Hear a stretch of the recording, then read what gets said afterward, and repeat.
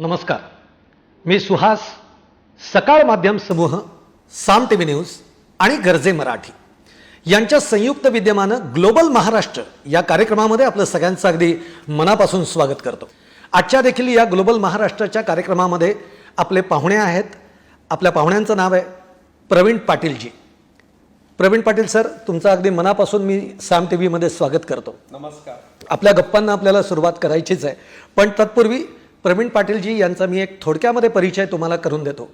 प्रवीण पाटील हे जळगाव जिल्ह्यातल्या जामनेर तालुका जो आहे ह्या तालुक्यातले अगदी तुमच्या आमच्यासारखं एक मध्यमवर्गीय छान कुटुंब, ज्या कुटुंबामध्ये सगळी परंपरा जी राहिलेली आहे ती शिक्षणाची आहे, कारण वडील शिक्षकी पेशातले.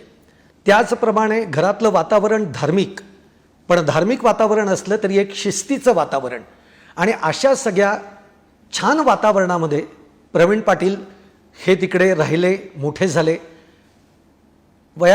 इयत्ता 4थीपर्यंत जिल्हा परिषदेच्या शाळेमध्ये शिक्षण घेतलेले प्रवीण पाटील नंतर मग पुढे जिल्ह्याच्या शाळेमध्ये आले, त्यानंतर पुण्यामध्ये आले. त्यांनी त्यांचं ग्रॅज्युएशन पूर्ण केलं, इंजिनिअरिंग पूर्ण केलं, इलेक्ट्रॉनिक्समधनं त्यांनी BE केलेलं आहे. पुण्यात त्यांनी TCS नावाच्या बलाढ्य कंपनीमध्ये सुद्धा त्यांनी काम केलं आणि त्याच्यानंतरचा त्यांचा जो प्रवास आहे तो अमेरिकेमधला सुरू झाला. आणि मग प्रवीण पाटील यांनी कधीच मागे वळून पाहिलं नाही. हा खरं तर खूप सुंदर असा प्रवास आहे. आणि सगळ्यात महत्त्वाचं म्हणजे ज्याला आपण म्हणतो की कॅपस्टॉन ही त्यांची सगळ्यात सायबर सिक्युरिटीमध्ये काम करणारी ही त्यांची कंपनी आहे. अमेरिकेमध्ये सुद्धा त्यांनी स्वतःच्या कंपन्या काढल्या. आज सगळ्याचा व्याप ते सांभाळत आहेत आणि म्हणून खूप इंटरेस्टिंग व्यक्तिमत्व असल्यामुळे मला सुद्धा खूप उत्सुकता आहे त्यांच्याशी गप्पा मारण्याची आणि त्यांचा सगळा जीवन प्रवास जाणून घेण्याची. आज ज्या यशाच्या पायऱ्या तुम्ही चढलेल्या आहेत, ज्या एका यशाच्या शिखरावर तुम्ही आज पोचलेले आहात, मला असं वाटतं या सगळ्याची बीजं, या सगळ्याचं मूळ हे तुमच्या घरातलं आहे. तुम्ही जसं बोलला तसं घरातलं वातावरण फार मध्यमवर्गीय पण फार शिस्तीचं आणि फार व्हॅल्यू सिस्टमचं होतं. वडिलांनी जे व्हॅल्यू ज्या छोट्या छोट्या गोष्टींमध्ये लहानपणापासून ज्या रुजवल्या, दॅट वॉज अ फाउंडेशन आज जे मी करू शकलो. फॉर एक्झाम्पल, ज्या व्हॅल्यूज ज्या महत्त्वाच्या असतात, अगदी सोपं सांगायचं तर खरं बोलणं हे आपण पुस्तकात वाचत असतो, पण आम्ही ते इम्प्लिमेंटेड घरात बघितलंय. म्हणजे त्याचे कशा पद्धतीने करायचे, जर कठीण परिस्थिती असली तरी खरं कसं बोलायचं, आम्ही त्यांच्या आचार आणि विचारातनं ते बघितलं. त्यांनी आम्हाला फक्त शिकवलंच नाही तर आई वडील ज्या पद्धतीने जगत होते ते आम्ही जवळून बघितलं. त्यांची घराबद्दलची त्यांची ओढ आणि आपली ही कुटुंबीय पद्धत जी आहे, जी आता या मॉडर्न याच्या नावाखाली जे थोडी कमी होत चालली, तर ते आम्हाला फार लहानपणात ते संस्कार मिळाले आणि ते आमचं अहोभाग्य. म्हणजे आईने पण जी मेहनत घेतली आणि एक कुटुंब म्हणून सर्व जबाबदाऱ्या ज्या सांभाळल्या, तर ते माझ्या जीवनात फार फाउंडेशन होतं. थोडंसं पुढे जाताना म्हणजे तुम्ही नंतर अमेरिकेतला तुमचा प्रवास झाला, तो कधी झाला, कसा झाला तेही आपण जाणून घेऊच. पण अमेरिकेमध्ये गेल्यानंतर सुद्धा तुम्ही तिथल्या चांगल्या कंपन्यांमध्ये जॉब केलेले आहेत. पण ते न करता तुम्ही उद्योगाकडेही वळालात. तुम्ही अमेरिकेमध्ये असताना सुद्धा तुमची कंपनी काढलेली आहे. मला असं वाटतं हे उद्योजकतेचं बीज हे तुम्हाला तुमच्या वडिलांकडनं मिळालं. हो, नक्कीच. मी पूर्ण त्याचं क्रेडिट वडिलांना देतो. ज्या पद्धतीने त्यांनी छोटे छोटे उद्योग टाकले, आम्ही लहान असताना आम्ही बघत आलो. आणि 1989 साली त्यांनी नाशिकमध्ये सातपूर सारख्या ठिकाणी फॅक्टरी टाकली TV बनवण्याची. तर that was a big milestone. मला त्यावेळेस मला ती स्केल समजली नव्हती लहान असताना, पण मी आता जेव्हा ॲज अ एंटरप्रेन्योर म्हणून बघतो की त्यांची ती जंप होती, right. That was a pole vaulting म्हणतो आपण त्याला, राईट. ती होती. म्हणजे एका ग्रामीण भागात राहून त्यांचे सहकारी होते आमचे काका SR पाटील, त्यांच्याबरोबर त्यांनी त्या लेवलला विचार करून नाशिकसारख्या ठिकाणी कार्बन अँड कार्बनच्या मागे त्यांनी फॅक्टरी टाकली 89 मध्ये. आणि they had a good run. म्हणजे ते प्रत्येक शनिवार रविवार त्यांचा जॉब करून शनिवार रविवार ते नाशिकला यायचे आणि पूर्ण त्यांनी 5-6 वर्ष ती मेहनत घेतली. आणि त्यांचे जे व्हिजन होते ते काय ते MBA वगैरे त्यांनी काय केलं नव्हतं, पण आय रिलेट त्यांच्या त्या गोष्टी आता की त्या एक्झिक्युटिव्ह MBAला सुद्धा त्या कामात येऊ शकतात, अशा काही गोष्टी होत्या. तर मला नक्कीच ते जे मिळालंय ते मला असं वाटतं नेमकं काय उचललं तुम्ही, म्हणजे उद्योगात व्यवसायात काय करू नये आणि काय करावं असे कोणते गुण तुम्ही उचललेत? भरपूर आहेत तसे, पण सांगायला एक झालं तर मला रिस्क टेकिंग ॲबिलिटी जी म्हणतो आपण, ते एंटरप्रेनरला फार महत्त्वाची आहे. कारण it's a risky, if you do business it's a risk, right. तुम्हाला एक चांगला जॉब मिळतो आणि सर्व तुम्हाला 8-9 ते 5 जे असतं, राईट, 5 वाजता आले तर यू डन, राईट. एंटरप्रेनरचं लाईफ तसं नसतं, तुम्ही 24 तास काम करत असतात. तर रिस्क टेकिंग ॲबिलिटी माझ्या वडिलांना, आता त्यावेळेस आम्ही फॅक्टरी टाकणं नाशिकला, it was a big jump. म्हणजे त्यांचे प्रॉव्हिडंट फंडचे रिटायरमेंटचे फंड आहेत ते त्यांनी ब्रेक केले आणि त्याच्यातनं ते पैसे इन्व्हेस्ट करून ते टाकले. तर मला ती फार भावते गोष्ट की एक प्रत्येक एंटरप्रेनर रिस्क टेकिंग ॲबिलिटी पाहिजे. Yeah it has to be calculated risk, I understand that. मी तर प्रत्येक पॅरेंट्सला की मी अप्लाय केलं आहे, मुलांना सुद्धा हे तुम्ही डिसिजन घेऊ द्या, असू द्यात त्यांना, चुकीचे कपडे घेऊ द्या, चुकीची बुक्स, चुकीचे कलरचे पेन घेऊ द्यात, पण लेट देम डिसाईड, राईट. कारण डोंट डिक्टेट की अरे नाही हा निळा कलरचा शर्ट चांगला आहे, हा तुला हा चांगला आहे. मला असं वाटतं हे फ्रीडम द्यायला पाहिजे मुलांना. ते दॅट्स लाईक डिसिजन प्रोसेस. तुम्ही असं एकदम 23 वर्षाचं झाल्यावर अगदी ते स्विच केल्यासारखं नाही होत की आता तू तुझे डिसिजन घ्यायला लाग.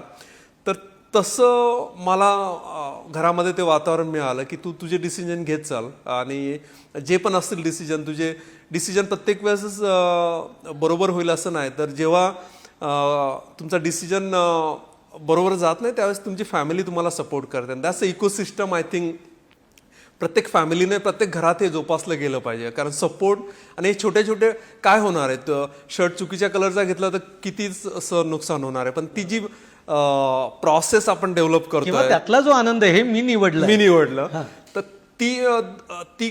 ती जोपासत जातो आपण. तर ती मला असं वाटतं आपण करायला पाहिजे. मी ती केली आणि मला त्याचे फायदे, आणि मोठी गोष्ट कधी छोट्या गोष्टीतनं सुरुवात होते हे माझ्या वडिलांनी आम्हाला आणि घरामध्ये सर्वांना सांगितलंय. सर, तुमचा हा सगळा जीवन प्रवास उलगडताना खूप मजा येते. अनेक वेगवेगळ्या टप्प्यांवर खूप चांगल्या पद्धतीचं शिकायला मिळत आहे. तुम्हाला जे पाहिजे त्या निवडीचं स्वातंत्र्य तुम्हाला होतं. मग त्यातनंच TCS सारखा जॉब तुम्ही स्वीकारलात का? आणि मग TCS नंतर तुमचा अमेरिकेचा प्रवास कसा घडला? हो सर, माझं जेव्हा ग्रॅज्युएशन संपलं त्यावेळेस आमची जी फॅक्टरी होती, टेलिव्हिजन फॅक्टरी, कारण ग्लोबलायझेशनमुळे त्यांचं मार्केट तेवढं चांगलं होत नव्हतं. तर वडिलांनी सांगितलं की आता तू तुझा जॉब बघ, कारण फॅक्टरीत जास्त फ्युचर ब्राईट नाही आहे. तर मग मी TCSचा जॉब पकडला आणि TCS मधने मला अगदी माझं ट्रेनिंग सुरू असतं. तेव्हा तुमचं इलेक्ट्रॉनिक्स पूर्ण झालेलं होतं? हां, माझं ग्रॅज्युएशन पूर्ण झालेलं आणि मला ट्रेनिंगला पाठवलं होतं. तर ट्रेनिंगच्या मध्येच त्यांनी बोलवलं, त्यांची रिक्वायरमेंट आली. त्यांनी सांगितलं तू 6 महिन्याकरता अमेरिकेत जा. I was not ready mentally. तर थोडा त्रास झाला, जसा होतो, नवीन देश आहे, नवीन कल्चर आहे, सेटल व्हायला. तर त्याच्यात 1-2 वर्ष त्या प्रोसेसमध्ये लागले. पण सुयोगाने सर्व चांगली लोकं मिळत गेली आणि नेटवर्क होत गेलं आणि always surrounded with good people, हे मी नेहमी म्हणतो. त्याच्यामुळेच माणसाचं प्रगती होत राहते. तुमच्या आजूबाजूचे कोण लोक आहेत. तर तसं माझ्या बाबतीत मी लकी मानतो त्या बाबतीत की प्रत्येक वेळेस मला तसे लोक साथ मिळत गेली किंवा लोक मिळत गेले. तर मी तसा अमेरिकेत गेलो 95-96 दरम्यान आणि तिथून मी TCS मध्ये जॉब केला. नंतर मला तो एंटरप्रेन्योरशिपचा होताच, तो घरापासून मिळाला. तर मग मी फ्रीलान्सिंग टेक्नॉलॉजीमध्ये कन्सल्टिंग सुरू केली. तर मी ती बराच वर्षे केली, 2007 पर्यंत. 2008 मध्ये जेव्हा रिसेशन आलं तिथे मोठं अमेरिकेत, तेव्हा मी मग मोठी कंपनी IBM नावाची कंपनीमध्ये मी जॉब घेतला मग तिथे. आणि मग मी कॉर्पोरेट वर्ल्डमध्ये गेलो. पण तिथे काय असं मन रमत नव्हतं, पण करावं लागत होतं. कारण अमेरिकेत lifestyle is very costly, you have to have regular income. तर IBM मध्ये तसा मी जॉब सुरू केला मग. आणि मग 2011-12 मी माझी परत जे कोर होतं माझं एंटरप्रेन्योरशिपचं, ती जर्नी मी परत जन्माला आलं JD कॉर्पोरेशन, ते त्यातनंच JD कॉर्पोरेशन आम्ही 2011ला सुरुवात केलं. तर राईट, JD कॉर्पोरेशनमध्ये आम्ही अनालिटिक्समध्ये काम करायचो. तर अनालिटिक्स सर्व्हिसेस मध्ये हेल्थकेअर, लाईक फार्मास्युटिकल कंपनी वगैरे, त्या क्षेत्रामध्ये काम करायचो. आणि नंतर मग असं लक्षात आलं की सिक्युरिटी हा फार मोठा बूमिंग एरिया आहे. तर सिक्युरिटी त्यावेळेस सायबर सिक्युरिटीचं सुरुवात झालं होतं, म्हणजे 2010पासनं 8पासनं, कारण डिजिटलायझेशन होत चाललं होतं अमेरिकेमध्ये पर्टिक्युलर. तर सायबर सिक्युरिटी हा एरिया माहितीच होता. आणि फॅमिली फ्रेंड आहे तर हरीश जांगडा, त्यांच्याबरोबर आम्ही नेहमी 2007पासून या विषयावर गप्पा सुरू होत्या की करायला पाहिजे, हे बूमिंग आहे. तर तसं जुळून आले सर्व आमचे सहकारी आणि आम्ही 2013ला कॅपस्टोन हा सायबर सिक्युरिटी ब्रँड एस्टॅब्लिश केला. सायबर सिक्युरिटी वास्ट फील्ड आहे, very growing field, right, tons of opportunity. आणि सायबर सिक्युरिटीमध्ये इंडियामध्ये तरी असं जनरल प्रिसेप्शन आहे की रॅन्समवेअर किंवा फोन हॅक होणं, दॅट्स ओनली सायबर सिक्युरिटी, पण that is just 10% of it. Basically cyber security मोठं वास्ट फील्ड आहे. त्याच्यामध्ये तुमची आयडेंटिटी ॲक्सेस मॅनेजमेंट नावाचा एक प्रकार आहे. म्हणजे तुमची आयडेंटिटी, तुम्ही आता कोणत्या ॲमेझॉन इंडियाच्या वेबसाईटवर गेले तर तुमचं लॉग इन तयार करावं लागतं, राईट. तर तुमची तिथे आयडेंटिटी तयार करतात, मग त्याच्यानुसार तुमचं सर्व ऑर्डर हे करणं किंवा शिपिंग करणं. तर त्या एरियात आम्ही फोकस केलं होतं. सायबर सिक्युरिटीमध्ये एक 6-7 पिलर आहेत बेसिकली.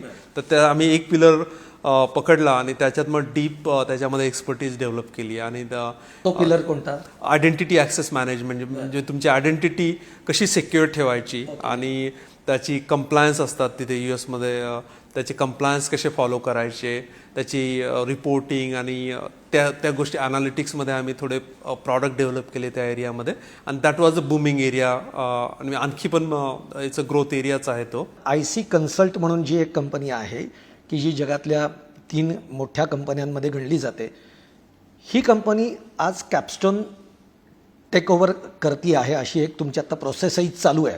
आणि त्यानंतर तुम्हाला आता यायचं आहे ते जी लोक, जी मुलं, जे तरुण उद्योग व्यवसायाकडे वळू पाहत आहेत त्यांना मार्गदर्शन करणं, त्यांच्यासाठी त्यांच्या स्टार्टअप्सना फंड रेज करून देणं आणि शिवाय स्टार्टअप्समधले जे इतर सगळे छोटे छोटे एलिमेंट्स आहेत की ज्याच्यामध्ये तुम्ही आता काम करतात. 2022मध्ये आम्ही अशा स्टेजला पोहोचलो की ऑर्गॅनिक ग्रोथ करणं कठीण होतं. तर आमच्यासमोर 2 ऑप्शन होते. एक तर कॅपिटल इन्व्हेस्ट करायचं, जे प्रायव्हेट इक्विटी फर्म असतात ते मोठी मोठी अमाऊंट टाकतात आणि देन यू स्टील ओन आणि यू रन इट, राईट. किंवा दुसरा ऑप्शन असतो गेट ॲक्वायर्ड, दुसरी कंपनी पूर्ण तुमचा स्टेक घेते आणि then they grow it basically. तर आम्हाला बरेच, आमचं प्रीमियम असल्यामुळे बरेच आम्हाला चांगल्या कंपन्यांच्या ऑफर यायला सुरुवात झाल्या. तर आम्ही कार्लायल नावाची कंपनी आहे. कार्लायल इज जगातले ज्या नामांकित प्रायव्हेट इक्विटी फर्म्स म्हणतात, तर they are the basically invest into the companies. त्यांनी अप्रोच केला आणि आम्हाला ते कल्चर आणि दी फीट फार आवडली compare to other basically buyer. तर त्यांनी आमची कंपनी ॲक्वायर्ड केली लास्ट इयर सप्टेंबरला. तर दे बॉट कॅपस्टोन आणि त्यांनी IC कन्सल्टमध्ये मर्ज केली. तर दे क्रिएटिंग आमच्या स्पेसमधलं powerhouse basically in the world. तर त्यांनी अशा आमच्यासारख्या आणखी 3 कंपन्या ॲक्वायर केल्या आणि now it's like a number 1 company in the world basically आमच्या स्पेसमध्ये. तुमचा दुसरा प्रश्न, what's next, right. So being as a entrepreneur you stay entrepreneur, right, for whole life. तर बऱ्याच आयडिया आहेत, पण आता एक आस्पेक्ट आहे की give back, right, kind of thing. Like जी जर्नी झाली त्याच्यातनं भरपूर, it was not a easy path, right. We have gone through lot of ups and down, right. तर how we navigate that, right, and that can something जे आम्हाला 8 वर्ष लागले, 10 वर्ष लागले, तर if we guide somebody that person can do that in 4 years, right. So that's where आता आमचे प्रयत्न आहेत की माझा दुसरा आता पुढचा रोल आहे एक व्हेंचर कॅपिटलिस्ट म्हणतो आमच्या फील्डमध्ये, डीप टेक म्हणतो आम्ही त्याला.